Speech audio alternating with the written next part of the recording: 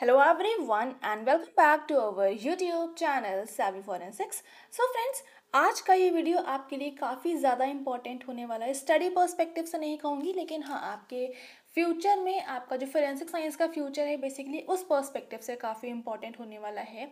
क्यों है, कैसे है, उसको हम पूरे आगे इस वीडियो में डिस्कस करेंगे। बेसिकली जैसे कि आप सभी को पता है कि जो हमारा इंडियन जुडिशियल सिस्टम है उसके जो 3 बेसिक पिलर हैं। पहला आपका इंडियन पीनल कोड, दूसरा क्रिमिनल प्रोसीजर कोड, तीसरा इंडियन एविडेंस एक्ट। तो ये तीनों ही आपके बेसिक पिलर होते हैं जो कि आपका जो भी लॉ है इंडिया का उसमें बताता है कि कौन से क्राइम के लिए किस तरह का पनिशमेंट होना चाहिए, कौन से क्राइम के लिए क्या हमको प्रोसीजर को फॉलो करना चाहिए और कौन कौन चीज़ों को हम आपका एविडेंस के तौर पर एक्सेप्ट करते हैं। तो ये सारे चीज़ों के लिए जो 3 आपके मेजर लॉ थे हमारे इंडियन जुडिशियल सिस्टम में, उसमें काफ़ी सारे चेंजेस करे गए हैं, काफ़ी सारे उसमें ट्रांसफॉर्मेशन करे गए हैं।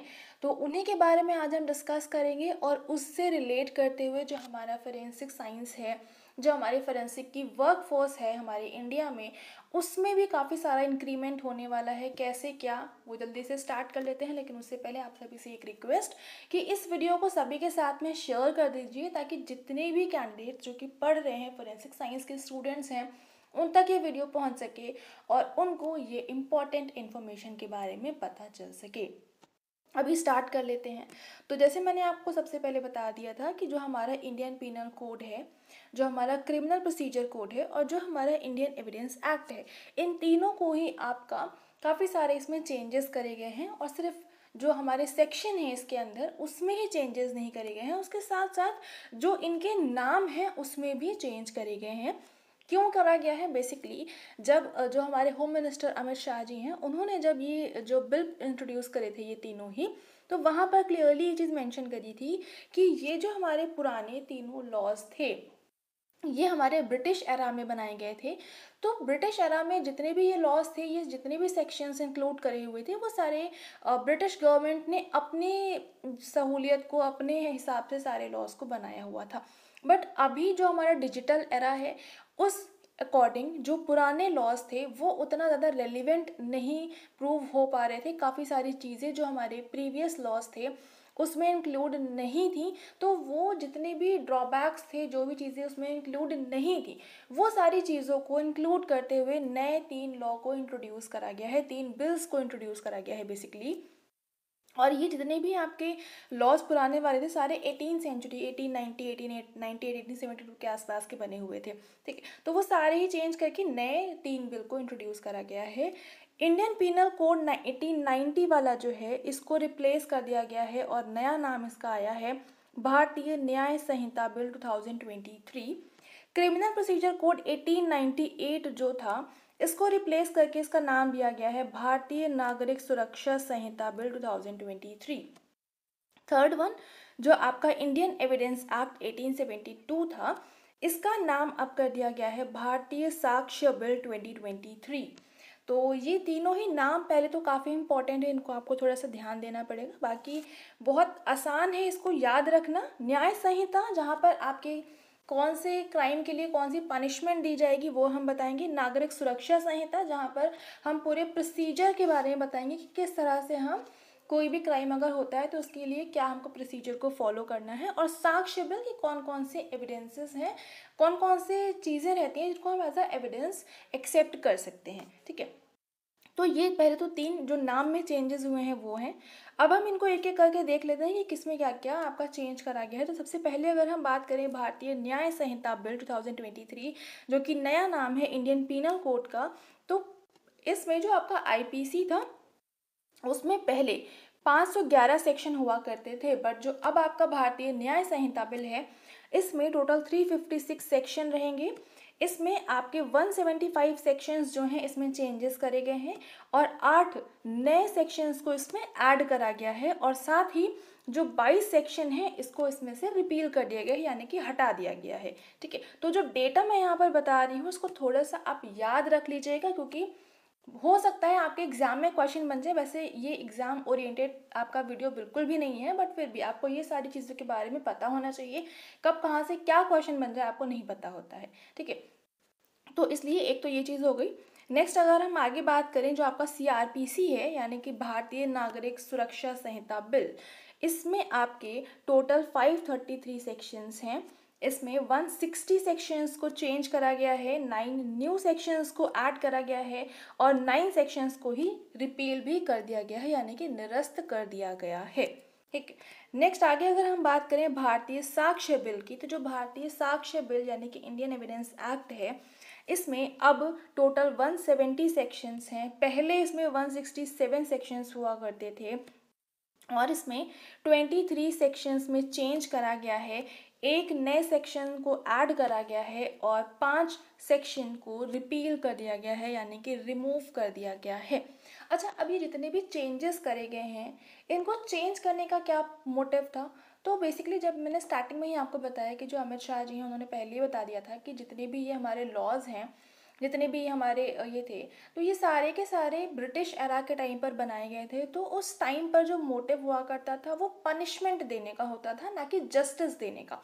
उनका मोर फोकस पनिशमेंट पे था rather देन जस्टिस। बट अब जो ये नए लॉज बनाए गए हैं, ये हमारे इंडियन जुडिशियल सिस्टम को, हमारे आज के टाइम को ध्यान देते हुए कि किस चीज़ की ज़रूरत है, किस चीज़ की ज़रूरत नहीं है, कौन कौन सी नई चीज़ें इंक्लूड हुई हैं, तो वो सारी चीज़ों को समराइज करते हुए एंड जो हमारा बेसिक मोटिव है यहाँ पर, वो जस्टिस प्रोवाइड करना है रेदर देन पनिशमेंट। क्योंकि अभी जो हमारा इंडियन जुडिशियल सिस्टम अभी तक काम कर रहा था, उसमें क्या होता था कि पनिशमेंट मिलती थी बट उसके लिए बहुत सारा टाइम लग जाता था, सालों सालों लग जाते थे। तो उस टाइम पर अगर आपको पनिशमेंट उसके बाद मिल भी रही है, जो भी क्रिमिनल है उसको, तो उसमें जस्टिस जैसा कुछ बचा नहीं। क्योंकि इतने टाइम के बाद में अगर किसी को कुछ जस्टिस मिल भी रही है तो उसकी कोई वैल्यू नहीं होती है। तो इसलिए यहाँ पर जस्टिस देने पर ज़्यादा फोकस किया गया है। यहाँ पर पनिशमेंट भी है बट जो जस्टिस है उस पर ज़्यादा प्रायोरिटाइज बेसिकली उस चीज़ को करा गया है। अब ओवरऑल अगर हम बात करें कि ये जो आपका बिल है ये अचानक से आपके आ गए, ऐसा नहीं है।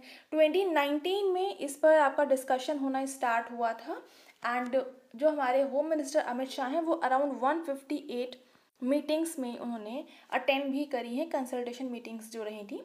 उसके अलावा अगर हम सजेशंस की बात करें तो इसको चेंज करने के लिए कहाँ कहाँ से सजेशन मिला है। 18 स्टेट्स जो हैं हमारी, 6 union territories, supreme court, 16 high court, 5 judicial academies, 22 law universities, 142 MPs यानी कि member of parliament and 270 MLA यानी कि member of legislative assembly and यहाँ पर पब्लिक का भी वोटिंग शामिल है। तो इतने सारे सजेशंस के बाद में ये तीनों बिल्स में चेंजेस करे गए हैं। बेसिकली ये तीनों नए बिल को इंट्रोड्यूस करा गया है। ठीक। अब यहाँ पर अगर हम बात करें तो ओवरऑल यहाँ पर 313 चेंज करे गए हैं ये सारे तीनों बिल को इंट्रोड्यूस करने में।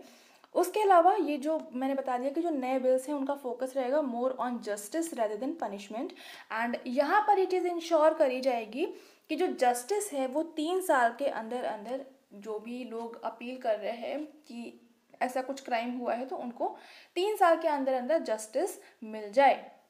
अभी तक जो पुराना टाइम चल रहा था, अभी तक जो हो रहा था उसको काफ़ी सारे उसमें चेंजेस यहाँ पर लाए गए हैं एंड ये भी बोला गया है कि जो हमारा जुडिशियल सिस्टम है तो वो पूरी तरह से उसको डिजिटलाइज करने की बात करी गई है और एक साथ नहीं, थोड़ा टाइम लगेगा, ऑब्वियस सी बात है। तो इसलिए 2027 तक का टारगेट लिया गया है कि 2027 तक जो हमारा जुडिशियल सिस्टम है वो पूरी तरह से डिजिटलाइज हो जाएगा। और यहाँ पर जैसे कि अभी तक हो रहा था कि काफ़ी सारे पेपर्स कलेक्ट हो जाते हैं, बहुत बंच बन जाता है, फिर उसमें से डॉक्यूमेंट्स को निकालना, उसको संभाल के रखना काफ़ी प्रॉब्लमेटिक हो रहा था। तो उस चीज़ को ध्यान में रखते हुए सब कुछ डिजिटलाइज फॉर्म में करने की बात कही गई है, जो कि काफ़ी एक अच्छा चेंज है। आगे अगर हम बात करें तो यहाँ पर जो आप FIR है वो आप ऑनलाइन भी आप करवा सकते हो। बेसिकली पहले भी था बट यहाँ पर थोड़ा सा इन्होंने इसको मेंशन किया हुआ है। उसके अलावा जो पुलिस है, पुलिस ऑफिशियल्स जो होते हैं, वो जो भी FIR आई है उसका क्या स्टेटस है, कंप्लेंट का क्या स्टेटस है, वो इनको 90 डेज़ के अंदर इन्फॉर्म करना पड़ेगा। चार्जशीट फाइल करने की जो मैक्सिमम लिमिट रहेगी वो मैक्स टू मैक्स 180 डेज़ होगी। यूजुअली वो 90 डेज़ ही रहेगी बट 90 डेज़ का एक्स्ट्रा मिल सकता है, 90 डेज एक्स्ट्रा मिल सकते हैं अगर जो कॉम्पिटेंट कोर्ट है वो ग्रांट कर देती है तो ओवरऑल चार्जशीट फाइल करने का मैक्सिमम लिमिट हो गई 180 डेज। उसके अलावा जो भी गवर्नमेंट ऑफिसर्स होते हैं, जो सिविल सर्वेंट्स होते हैं, उनके लिए अगर कोई उनके अगेंस्ट कोई ऐसा क्राइम हुआ है, मतलब ऐसा कुछ प्रोसिक्यूशन है, तो उनके अगेंस्ट प्रोसिक्यूशन को डिसाइड करने का जो टाइम रहेगा वो 120 डेज का रहेगा। अब इसमें क्या क्या मेजर चेंजेस करे गए हैं, क्या क्या नई चीज़ों को इंट्रोड्यूस करा गया है, उसको भी देख लेते हैं। तो जैसे कि जो मॉब लिंचिंग है, स्नैचिंग है, ये दो ऐसी चीज़ें हैं जो कि हमारे जो बिल्स हैं उसमें फर्स्ट टाइम इंक्लूड करा गया है। पहली बार हमारे लॉ में मॉब लिंचिंग और स्नैचिंग को शामिल करा गया है। उसके अलावा इन्होंने ये भी बोला है कि जो भी क्राइम होता है जहाँ पर पनिशमेंट 7 ईयर्स से ज़्यादा की हो रही है या 7 ईयर्स की हो रही है, तो उन केसेस में क्राइम सीन पर फोरेंसिक टीम की विजिट होना कंपलसरी है। तो यहाँ पर जितने भी 7 ईयर्स एंड अबव की जहाँ पर भी पनिशमेंट हो रही है जिन भी क्राइम्स में, तो वहाँ पर फोरेंसिक टीम की विजिट होना मैंडेटरी बता दिया गया है। और अगर कोई भी क्राइम हो रहा है तो उस क्राइम का जब भी सर्च एंड सीजर होता है तो वहाँ पर वीडियोग्राफी मैंडेटरी कर दी गई है। विदाउट दिस जो भी चार्ज शीट है उसको एक्सेप्ट नहीं करा जाएगा। तो इसलिए वीडियोग्राफी होना कंपलसरी हो गया है और बहुत ही कायदे से वीडियोग्राफी करना ज़रूरी है। और यहाँ पर क्या है, जो भी आपके सेक्सुअल ऑफेंसेस के केसेस होते हैं वहाँ पर जो भी विक्टिम्स होते हैं उनके द्वारा दी गई गवाही बहुत ज़्यादा इम्पॉर्टेंट है, क्योंकि उसके बिना कोई भी चीज़ एक्सेप्ट नहीं करी जाएगी।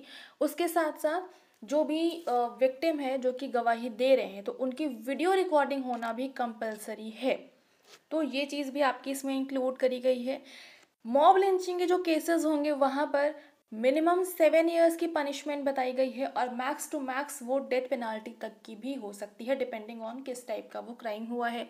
हेट स्पीच के लिए 3 ईयर्स की पनिशमेंट बोली गई है और साथ में कुछ ना कुछ पेनाल्टी भी यहाँ पर देनी पड़ेगी।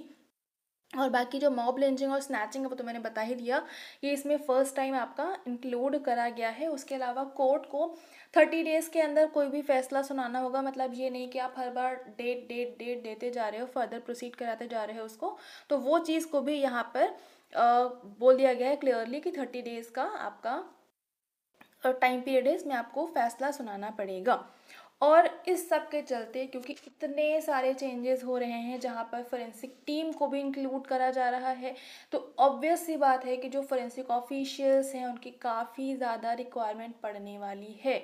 और अभी तक हमारे इंडिया में फोरेंसिक ऑफिशियल्स उतने सफिशिएंट अमाउंट में नहीं हैं। तो सीधी सी बात है कि फोरेंसिक साइंस में वैकेंसी अपकमिंग ईयर्स में काफ़ी अच्छे से आने वाली हैं। और जो हमारे होम मिनिस्टर अमित शाह जी हैं उन्होंने क्लियरली मेंशन भी करा था अपने स्पीच में कि 33,000 फोरेंसिक वैकेंसीज एवरी ईयर आएंगी। ठीक है, तो क्योंकि सीधी सी बात है, आप लोग देख रहे हो कि फोरेंसिक टीम का क्राइम सीन पर विजिट होना मैंडेटरी कर दिया गया है, तो यहाँ पर आप ये नहीं बोल सकते हो कि फोरेंसिक टीम की कोई रिक्वायरमेंट नहीं है। उसके अलावा एविडेंसेस की प्रॉपर जो भी एविडेंस होते हैं उनकी प्रॉपर फोरेंसिक टीम एनालिसिस करेगी, वही रिपोर्ट देगी जाके। तो इस सब के लिए फोरेंसिक टीम की काफ़ी ज़्यादा रिक्वायरमेंट पड़ने वाली है। तो इसलिए फोरेंसिक ऑफिशियल्स का होना ज़रूरी है और ऑफिशियल्स के होने के लिए वैकेंसी का होना ज़रूरी है। तो जो उन्होंने बात कही है कि 33,000 फोरेंसिक वैकेंसीज हर साल आएंगी, तो ये चीज़ काफ़ी हद तक सही होने वाली है। एंड ये जितने भी फोरेंसिक साइंस के स्टूडेंट्स हैं उनके लिए काफ़ी अच्छी न्यूज़ भी है। तो आई थिंक अब आप लोगों को एक मोटिव मिल गया होगा, उम्मीद करती हूँ, फोरेंसिक साइंस पढ़ने का, इसमें और अच्छा करने का, इसकी ग्रोथ के लिए काफ़ी अच्छा आपको मोटिव मिला होगा। बाकी उम्मीद करती हूँ मैं आपको पूरा जो चीज़ें हैं अच्छे से समझाने में सक्सेस मिली होगी। एंड अगर फिर भी कहीं कोई डाउट आपको लग रहा है, कोई क्वेश्चन लग रहा है, कुछ नहीं समझ में आ रहा है, तो आप लोग पूछ सकते हो। हमारा व्हाट्सएप नंबर है, टेलीग्राम है, वहाँ पर आप लोग कांटेक्ट कर सकते हो। ईमेल आईडी भी सब कुछ नीचे यहाँ पर आपके सामने मेंशन है, आप लोग यहाँ पर पूछ सकते हो। बाकी अभी इस वीडियो को यहाँ पर करते हैं एंड। फेसबुक टेलीग्राम पर ज़रूर से ज्वाइन कर लीजिएगा, क्योंकि वहाँ पर भी काफ़ी सारा कंटेंट आपके लिए अवेलेबल है। जो इसकी प्रेजेंटेशन है वो आपको हमारे टेलीग्राम चैनल पर मिल जाएगी, तो वहाँ से जाकर आप उसको एक्सेस भी कर सकते हो। बाकी वीडियो पसंद आ रहा है तो लाइक ज़रूर से कर देंगे, अपने फ्रेंड्स के साथ में शेयर ज़रूर से कर दीजिएगा ताकि उन तक भी ये वीडियो पहुंच सके। चैनल पर पहली बार आए हैं तो सब्सक्राइब ज़रूर से, बेल आइकन प्रेस कर लेंगे for daily updates. And thank you so much for joining me here.